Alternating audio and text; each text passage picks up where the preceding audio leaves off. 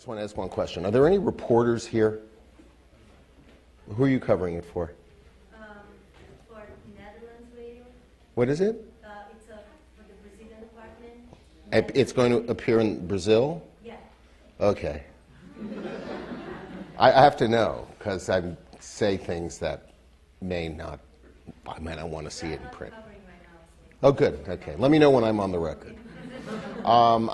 So today it was covered as I was leaving work that the former president of Viacom, Tom Freston, who recently was terminated by Sumner Redstone, the chairman, that Tom will get $60 million in severance and another 10 or 20, and depending on which wire story you read, in other emoluments. You know, in my opinion, he's worth every penny. He helped to found MTV. He's a massively talented guy. I don't have a problem with the big numbers, but I can understand why everyone is here to discuss how to get a job in the media. You know, I remember just the whole concept of a golden parachute was so alien to me when I was much younger, and I considered it very unfair. But now that I've been working for about 25 years, I think it's pretty much a fair deal. I'm going to speak to you tonight in two ways, because I'm really sort of two characters, both of whom work in the media world, but in different ways, and I thought maybe I would talk to you as both, and I would like it, if it's possible, to have questions and discussion or insights or whatever you guys want to talk about as we go along, because, you know, while I love to hear myself talk, I'd like to hear what you are thinking about along the way, and if we end up doing more back and forth than me just blabbing away, that would be fine with me too. The one voice that I'll speak to you from is my media voice. I work for CBS. My name is Gil Schwartz. I joined the company in 1982, when most of you were just, you know, I'm not born. And I don't hold that against you much. But, and I'll tell you a little bit about how I got started in what I do in the media. I'm the head of corporate communications for CBS, and what that means is all things that have to do with communications. Public relations, publicity for the many excellent shows that so few of you watch. You know, internal communications, newsletters, things like that. The kind of things that when you work for a company, they give you that to read, and unless it's done very well, it's immediately tossed away with laughter. We have a very good internal newsletter, and I'm proud of it, and that's part of what we do in my department. There's also, now that we're a freestanding corporation, there's also communications to investors and to the Wall Street community. So in short, that's sort of how I got my corporate job. Started out very small, and I'll tell you about that a little bit, because I basically have the same leather recliner that I did back in the 80s.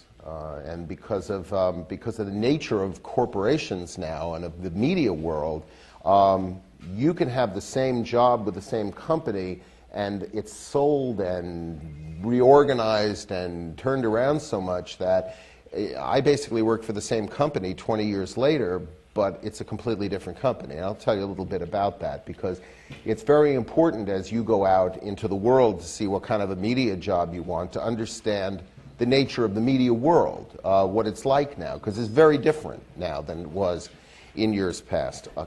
The other person who will be speaking to you tonight is my pseudonym. You all know what a pseudonym is? It's a pen name. There are many, many famous writers who have written under pen names. You ever read the book 1984? George Orwell was, his name was Eric Blair, and he worked right for the BBC. And he was George Orwell, and nobody bothered George Orwell about being George Orwell.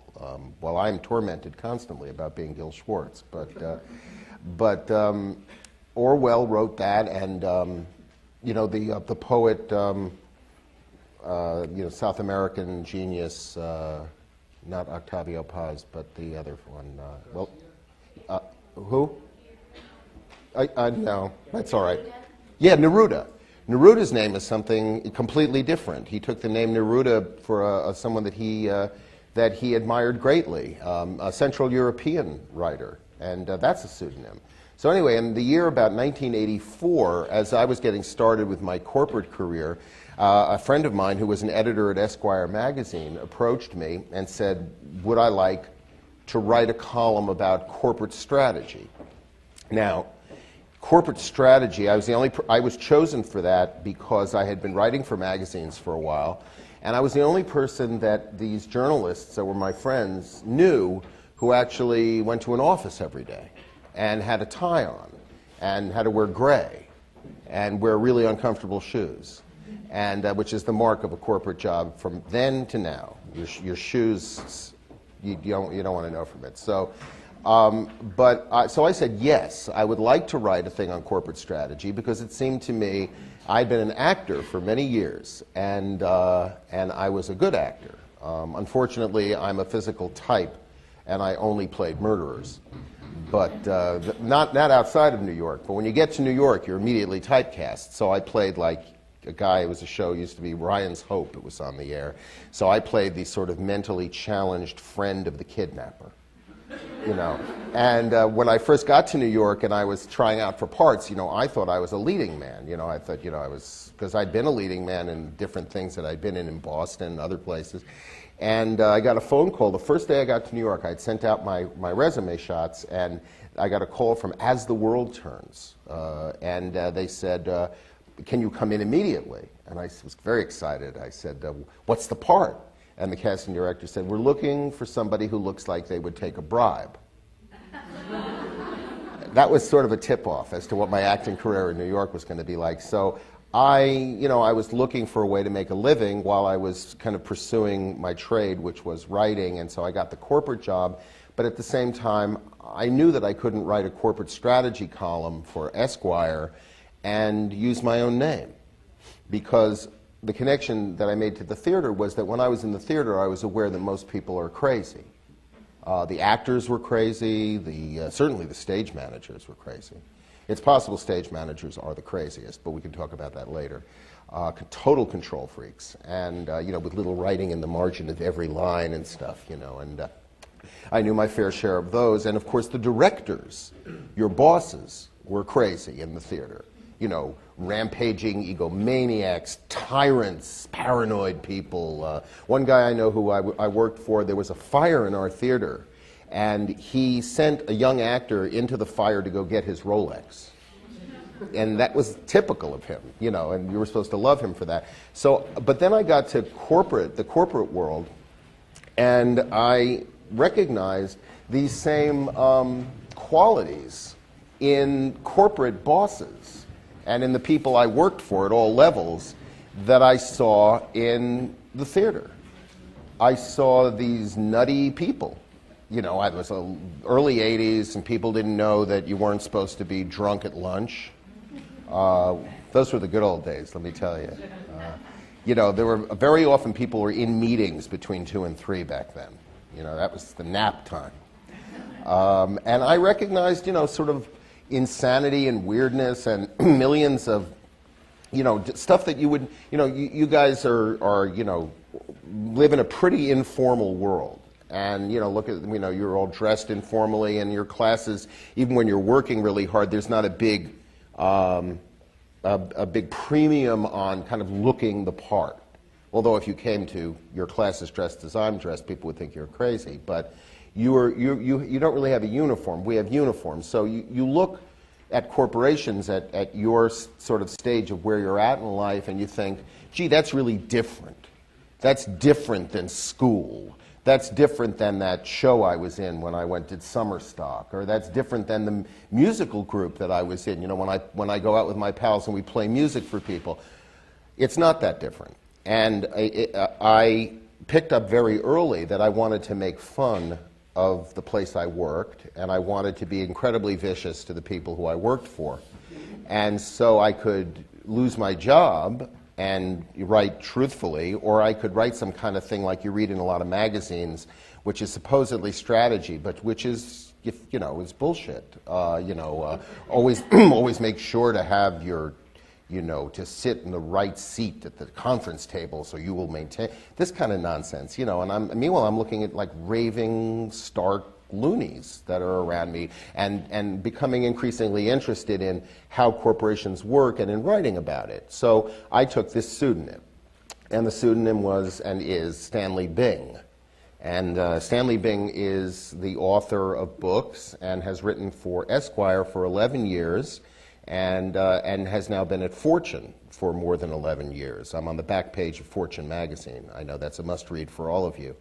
But it is a good magazine and beats the hell out of Forbes. So, and the business sector as a sector is very hot. I mean, there's Condé Nast is starting a magazine. A lot of magazines that are about other things tend to focus on business people. So there's a lot of writing about business, because business for a long time in the 80s and 90s was sort of like the new rock and roll. I mean, you had a lot of really wacky people. There was a lot of drugs and sex. Now it's kind of boring, but there's still plenty of wacky stuff to write about. And certainly in your life and in everyone's life, the experience of what it's like to work, what you do when you work, is central to your life. It's even more important in some ways than who your lover is or who your person that you're with, or, you know, until you have kids, then the kids are all consuming. You know, they kind of brainwash you by keeping you up late and stuff. But certainly your working world is every bit as important as any other part of your life. So what I write about is, to me, central to what people care about. I mean, what keeps people up in the middle of the night? It isn't, you know, sometimes it's world peace or what's going on with North Korea, but a lot of the time it's that you got yelled at, or that some schmuck is in your way and you don't know how to get rid of them. Or in many cases, stupid things like, you know, there's an empty office on the floor, and either you're going to get it or Brewster's going to get it. And how can you stop Brewster from getting it? And if you don't get it, how do you make sure Brewster doesn't either? And could it be a broom closet? I mean, you see, people are so engaged. You know, you think about school, where you are. You know, that's really work. I mean, our first experience of pathological bosses is when we're in kindergarten and people start talking to us like this. And you think, I remember being 5. I don't really, because it's all in gray mass, but I remember being very young and thinking, why are they speaking to me that way? And the kids' shows that I liked all had sort of mild, that's why people like Mr. Rogers all those years, because Mr. Rogers just talked to people like they were real. You know, hi, I'm wearing a sweater, you know, and kids liked it, as opposed, and that's why Sesame Street was so popular with kids. And so I kind of began to write about my world, which was the working world. And so sometimes, by the way, I may refer to Bing in the third person, and yes, I am crazy. You know, it's difficult, so I say I. What is I? You know, any of you take philosophy, that's a fascinating question. What's I? You know, who's that I that you're talking to? In a corporation, especially in a hot corporation with a lot of action, that could depend on who you're with. You know, the corporate world is very much about face, that Japanese concept. And so, so in one way, I'm Gil Schwartz, and I'll tell you a little bit about that. In the other way, the I is certainly the person who's written every week or every other week for 20 years, and who writes books that are different than what I write when I'm Gil Schwartz. I have a column as Gil Schwartz for Men's Health. And I really like writing that column because I'm a lot nicer than Stanley Bing. But I love being and writing Stanley Bing because Bing doesn't really care about what people think, because, of course, he's hiding. I just want to ask one question. Are there any reporters here? Who are you covering it for? For Netherlands Radio. What is it? It's for the Brazilian department. It's going to appear in Brazil? Yeah. Okay. I have to know, because I say things that I may not want to see it in print. Oh, good. Okay. Let me know when I'm on the record.